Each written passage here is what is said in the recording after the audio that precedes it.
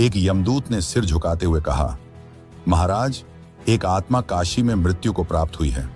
हमने कई बार उसे पकड़ने का प्रयास किया, लेकिन एक अदृश्य शक्ति हमें रोक रही है।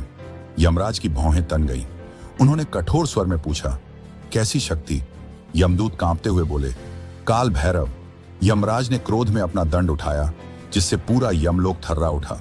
उन्होंने गरजते हुए कहा, काशी हो या कोई और स्थान, मृत्यु का अधिकार मेरा है। अगर कोई मेरे कार्य में बाधा डालने की कोशिश करेगा तो उसे दंड भुगतना होगा। यमराज ने स्वयं धरती पर जाने का निश्चय किया। उनके विशाल रथ के पहिए गरजते हुए घूमे और वे अपने यमदूतों के साथ काशी की ओर प्रस्थान कर गए। एक वृद्ध संत ने शिष्यों से कहा, यमराज यहाँ क्यों आए हैं? क्या कोई अनहोनी होने वाली है? काशी के बीचों बीच स्थित काल भैरव मंदिर में घंटियों की आवाज अचानक तेज हो जाती है। मंदिर के द्वार अपने आप खुल जाते हैं और गर्जन के साथ काल भैरव प्रकट होते हैं। उनकी आंखों में भयंकर ज्वाला जल रही थी। वे सिंहासन पर बैठे, लेकिन उनका क्रोध 7वें आसमान पर था। उन्होंने अपनी तलवार उठाई और गरजते हुए कहा, काशी में मृत्यु का अधिकार केवल शिव का है। यमराज यहाँ क्यों आए हैं? यमराज अपने रथ से उतरते हैं और सीधे काल भैरव के मंदिर की ओर बढ़ते हैं। मंदिर के द्वार पर पहुंचते ही उन्हें एक अदृश्य शक्ति रोक देती है। काल भैरव प्रकट होते हैं और कहते हैं, यमराज, काशी में तुम्हारा स्वागत नहीं है। यहाँ जो भी मरता है वह मोक्ष प्राप्त करता है। तुम उसे ले जाने का अधिकार नहीं रखते। यमराज गरजते हैं, मैं मृत्यु का स्वामी हूं। मैं अपने कर्तव्य से पीछे नहीं हट सकता। काल भैरव की आंखें जल उठती हैं। उन्होंने अपनी तलवार निकाली और कहा, तो फिर युद्ध होगा। यमराज ने अपना दंड उठाया और काल भैरव ने अपनी तलवार। दोनों महाशक्तियों का टकराव शुरू हो गया। पूरी काशी में अंधकार छा गया। बिजली कड़कने लगी और पृथ्वी कांप उठी। यमराज ने अपने दंड से वार किया, लेकिन काल भैरव ने उसे अपनी तलवार से रोक दिया। दोनों के प्रहारों से आकाश में भीषण गर्जना होने लगी। स्वर्गलोक में इंद्र, ब्रह्मा और अन्य देवता यह युद्ध देखकर भयभीत हो गए। इंद्र बोले, अगर यह युद्ध लंबा चला तो सृष्टि का संतुलन बिगड़ सकता है। ब्रह्मा ने चिंतित स्वर में कहा, हमें महादेव के पास जाना होगा। केवल वे ही इस महायुद्ध को रोक सकते हैं। काल भैरव ने अपनी शक्ति बढ़ा दी। उन्होंने यमराज पर आक्रमण किया, जिससे यमराज का मुकुट दूर जा गिरा। पहली बार यमराज भयभीत दिखाई दिए। यमराज ने अपनी पूरी शक्ति एकत्र की और अपने दंड को ऊंचा उठाया। उनका उद्देश्य एक ही वार में काल भैरव को पराजित करना था। यमराज की चाल विफल होते ही काल भैरव ने प्रचंड रूप धारण कर लिया। उनकी आंखों में ज्वाला भड़क रही थी और उनके हाथों में चमचमाती तलवार और डमरू गूंज रहा था। वे सिंह की तरह गरजते हुए यमराज की ओर बढ़े। यमराज, तुम मृत्यु के स्वामी हो, लेकिन काशी शिव की नगरी है। यहाँ का हर जीव शिव का है और शिव की आज्ञा के बिना कोई भी आत्मा तुम्हारे अधीन नहीं होगी।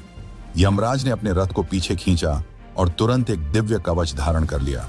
वे जानते थे कि यह युद्ध आसान नहीं होगा। उन्होंने अपने सबसे शक्तिशाली अस्त्र का प्रयोग करने का निश्चय किया। उनके दंड से एक प्रचंड अग्नि निकली, जिसने चारों दिशाओं को जलाना शुरू कर दिया। काशी जल उठी, गंगा के जल में उबाल आ गया और देवता भी इस भीषण मंजर को देखकर भयभीत हो गए। लेकिन तभी काल भैरव ने अपनी तलवार उठाई और एक ही प्रहार में यमराज की अग्नि को नष्ट कर दिया। यमराज, तुम समझ नहीं रहे हो। यह शिव की नगरी है और यहाँ का हर कण उनके आदेश का पालन करता है। यमराज अब और भी क्रोधित हो गए। उन्होंने अपने यमदूतों को आदेश दिया, काल भैरव को रोको। लेकिन वे यह भूल गए थे कि काल भैरव केवल एक योद्धा नहीं, बल्कि महाकाल के स्वरूप हैं। जैसे ही यमराज के यमदूतों ने काल भैरव की ओर बढ़ने का प्रयास किया, उन्होंने अपनी तलवार घुमाई और चारों ओर एक दिव्य चक्र रच दिया। यह चक्र इतना शक्तिशाली था कि यमदूत उसमें फंसकर ध्वस्त होने लगे। काशी के लोग घाटों पर खड़े होकर यह अद्भुत दृश्य देख रहे थे। वे सहमे हुए थे, लेकिन उनके चेहरे पर विश्वास था कि शिव के भैरव अवश्य विजयी होंगे।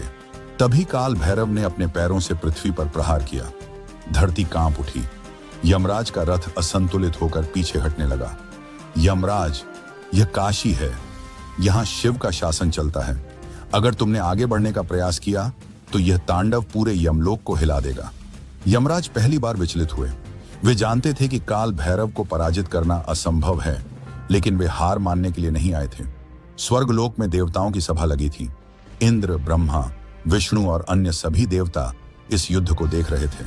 इंद्र चिंतित होकर बोले, अगर यह युद्ध कुछ और देर तक चला तो सृष्टि का संतुलन बिगड़ जाएगा, यमलोक का अस्तित्व खतरे में पड़ सकता है। ब्रह्मा जी गंभीर स्वर में बोले, हमें तुरंत महादेव के पास जाना होगा, केवल वे ही इस युद्ध को रोक सकते हैं। यमराज को एहसास हो चुका था कि वे सीधे युद्ध में काल भैरव को पराजित नहीं कर सकते, इसलिए उन्होंने एक नई चाल चली। उन्होंने गुप्त रूप से यमदूतों को आदेश दिया कि वे काशी के नागरिकों को भ्रमित करें और उन्हें काल भैरव के खिलाफ भड़काएं। यमदूतों ने रातों रात काशी में अफवाहें फैलानी शुरू कर दी। काल भैरव के कारण काशी में संकट आ गया है, अगर यह युद्ध नहीं रुका तो पूरी नगरी नष्ट हो जाएगी। धीरे धीरे कुछ लोग काल भैरव के पास जाकर प्रार्थना करने लगे, भैरवनाथ, यह युद्ध रोक दीजिए, हमें भय लग रहा है।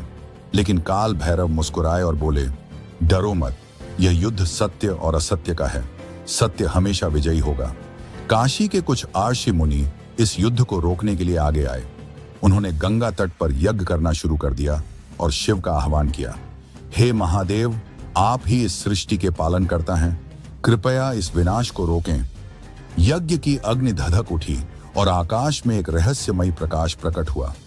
जैसे ही यज्ञ की अग्नि प्रज्वलित हुई, कैलाश पर्वत हिल उठा। महादेव स्वयं प्रकट हुए। उनका दिव्य स्वर काशी में गूंज उठा, यमराज, तुम अब भी अपने अहंकार में हो। काशी मेरी नगरी है, यहाँ जो भी प्राण त्यागता है वह मेरे संरक्षण में रहता है। यमराज ने अपने हथियार नीचे कर दिए। वे झुक गए और बोले, महादेव, आपकी आज्ञा सर्वोपरि है, मैं यह युद्ध समाप्त करता हूं। काल भैरव ने तलवार वापस म्यान में रख ली और गर्जना करते हुए बोले, काशी में मृत्यु का अर्थ मोक्ष है और मोक्ष केवल शिव की कृपा से ही प्राप्त हो सकता है। जैसे ही युद्ध समाप्त हुआ, काशी में भव्य उत्सव मनाया गया। लोग खुशी से झूम उठे, घाटों पर दीप जलाए गए और भैरव अष्टमी के रूप में इस दिन को पवित्र मान लिया गया। जिस आत्मा को यमराज पकड़ने आए थे, वह शिव के आशीर्वाद से मोक्ष प्राप्त कर चुकी थी।